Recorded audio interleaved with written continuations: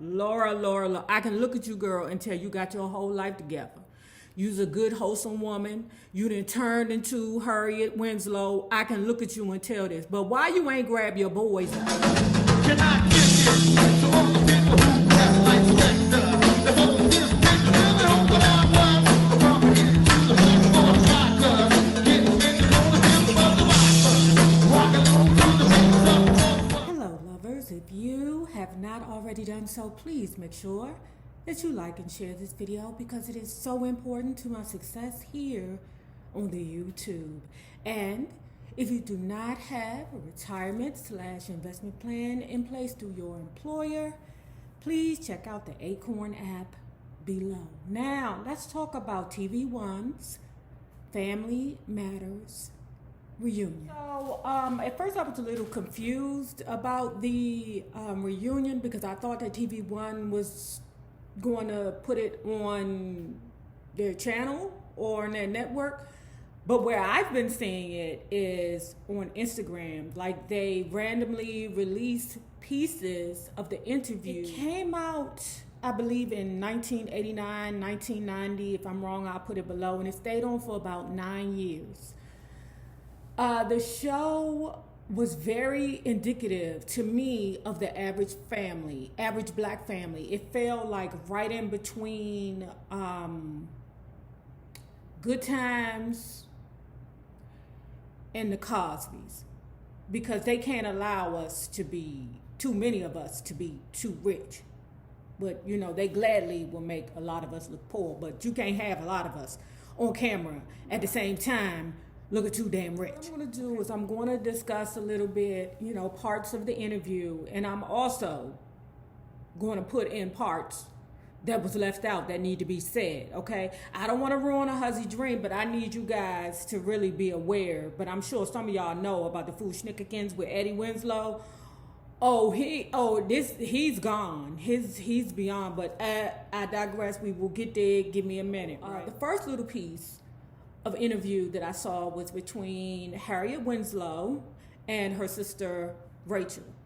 Harriet was Jo Marie Payton, and Rachel was my baby, Thelma Hopkins. She has consistently worked. If you guys don't remember, but I mean, oh my God, I can't even think of no other black actress that worked consistently. Like has there ever been a time that, like, she's even on this show on Netflix now? Like, she consistently works. And they spoke briefly about how their dynamic as sisters was real and it was genuine. Considering the fact that Thelma Hopkins was older than Jo Marie's character, Harriet still played the big sister to Thelma Hopkins. She said she was open and ready to come through the door and allow that to happen. So we're going to move on to where the two, Darius McCrary and Kelly Williams, what's her name? Yes, Kelly Williams, were speaking about how they grew up on camera. And when they look back, they feel embarrassed because they all grew up together. They had bad hair days. They were awkward together, or they grew up awkward together, you know. But you know what I must say? That girl, Kelly Williams, I knew she was going to be a beautiful woman and that she was going to age well, because she is aged beautifully. Darius McCrary, you know, despite his issues we're going to talk about, you know, he's still a very handsome, attractive man. Why did Laura's character just seem so old before her time? Like an old ass lady. Like, girl, get from up underneath your mama. Go to a party or something. Do something so you can stop being an old. Like, she even was walking like an old lady. But I knew that she was going to end up being a beautiful woman as she aged. And that she did. You know, she still, even when I was looking at the little clips, she still seemed very mature and solid. Eddie Winslow appeared very mature and solid, but you know, we're going to talk about him later. They also talked about while they were on the show that they were real family. They were real siblings on and off the show. Now, Laura, I can look at you, girl, and tell you got your whole life together. You's a good, wholesome woman. You done turned into Harriet Winslow. I can look at you and tell this. But why you ain't grab your boys up? Why you ain't have a whole talk with Jaleel and Darius McCrary? You know. And where the hell is Jaleel White? Fighting the case? But I digress. Here about Eddie Winslow, because we're gonna save him growing up to, a later part. Was that Darius McCrary had a beautiful voice. I have no idea why he didn't do so well in the music industry, with his Bigfoot self. Remember when he sang Tender Kisses on the show with, what's his name? Who was that? It's not Stoney Jackson. Was it Randy Jackson? I forgot what, but anyway, he was singing Tender Kisses with Tracy Spencer on the show. Tender kisses gone away. Tender kisses gone tomorrow, gone today. Tender kisses. He around here singing on stage plays, I don't know, barely. That's if he don't, smack the director in the face. I don't know. Okay, but I'm still confused as to why his music career didn't take off. But even if his music career did take off, it is 2020, and R&B doesn't work no more for anybody ever. And I don't want any R&B singers to ever feel bad about the fact that their career did not soar in the time of no more R&B, because you're fighting a losing battle. Nobody want to listen to real live music. Everybody wants to do the hip hop and the pop. Oh, I sound so old. Then Laura and Eddie move on to talk about Steve Urkel. Now, let me give you a piece of information that these hussies neglected to tell you. Okay? What they said with their fake ass selves, I mean, black people they infamous for putting up a strong front. We could be going through all kinds of drama in the house, but we won't let you niggas on the outside know. You won't be able to throw that up in our face 10 years down the line. Okay, so now you have Eddie Winslow and Laura sitting down talking about Jaleel White. Okay? And what they were saying was that I don't think the world knows how hard he worked at being that Steve Urkel character. Anyway, Harriet came up with the concept of Stefan Urkel. And she said to this day, this ninja still think he Stefan Urkel. Now let's move on to the juice, right? I got to get to it. So if you guys did not know that Steve Urkel's character did not join until halfway through the first season, the crowd or the viewers loved his character so much that the big wigs decided, oh no, this show ain't gonna be about a black family. This show is going to be about the black family's interaction with Stephen Urkel. That's what it's going to be. Oh, them motherfuckers was pissed. It was so much tension on the show that it was difficult for them to work with it. That same Chicago tension that John Amos had and Esther Rowe had with JJ, because they was mad. They like, wait a minute, I'm a whole trained actor over here, and you want me to play second fiddle to this? No, I can't do this. James Evans Senior, James Amos, he quit. He said, oh no, John Amos, I love you, John Amos, I love you in my mind. But anyway, it was tension on the set, and there was an obvious division. But after 9 years, these people got themselves together and realized, wait a minute, it won't be no show without Steve Urkel. Me? I don't care who the boss. I don't give a fuck who in charge. I don't care who got more lines. I don't care who look prettier today. I don't give a fuck. As long as when I take my check to the bank, it cash. The good part about it was that they learned how to work together through the years. And I kind of feel bad for Jaleel White, knowing that he was so young and he had that pressure on him. Maybe that might be the reason why he wasn't, in this show. So then let's move on with some more bullshnickigens from Jaleel White, okay?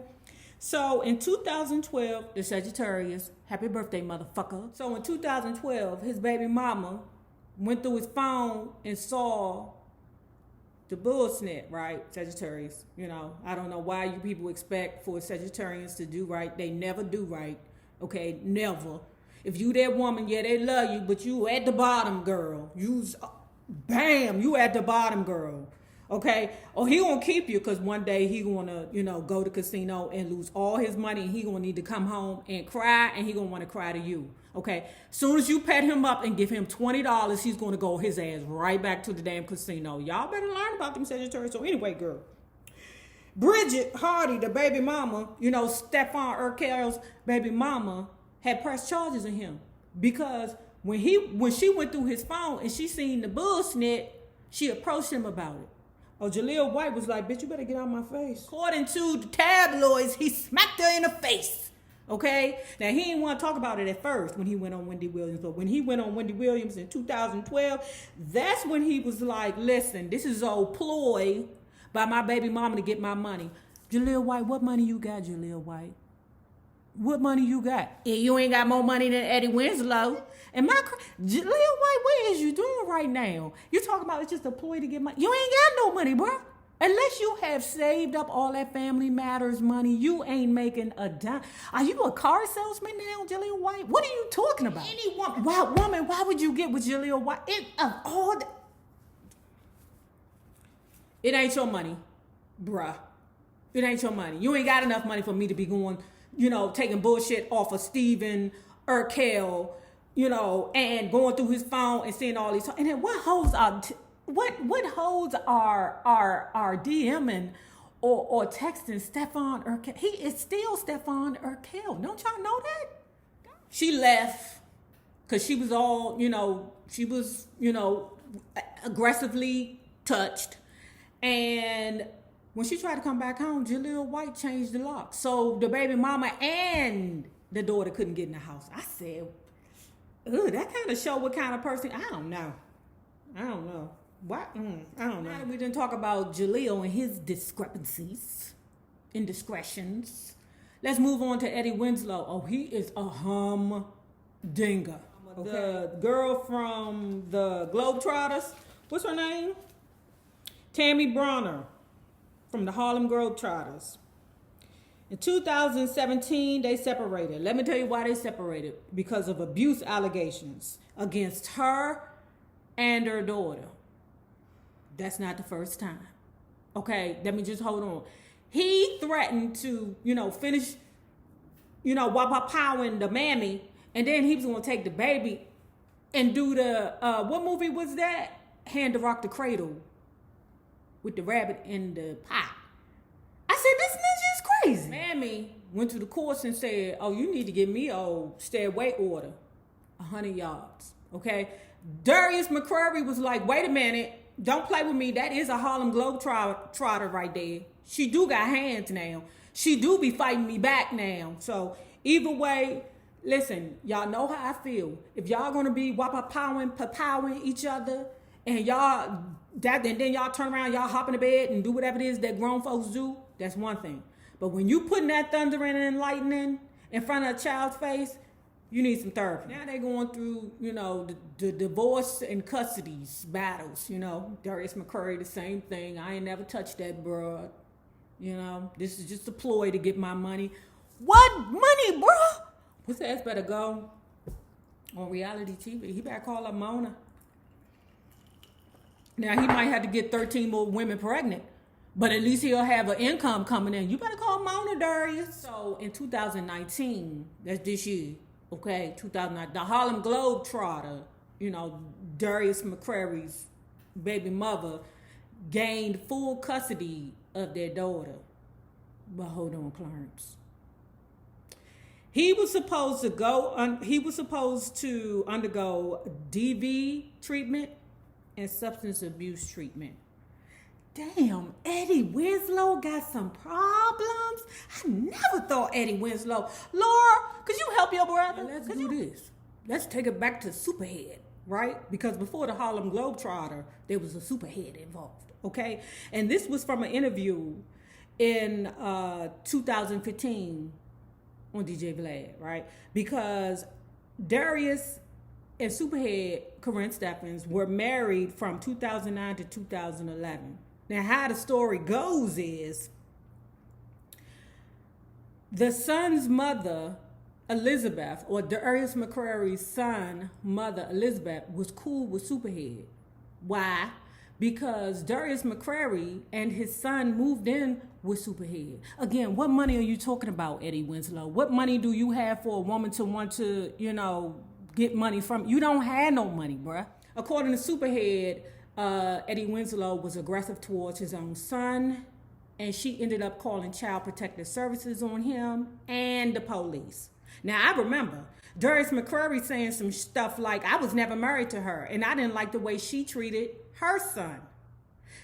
Corinne Stephens said, well, I treated his son like he was my own. I could believe you, Superhead. You know why? Because you was just about the only mother hunchy in there that was making money. Anyway, lovers, if you have not already done so, please remember to like and share this video because it is so important to my success here on the YouTube. Now, remember this. The same people you meet on the way up will always be the same people that you meet on the way down. Naysayers, my patron loves. Have a good one. Deuce.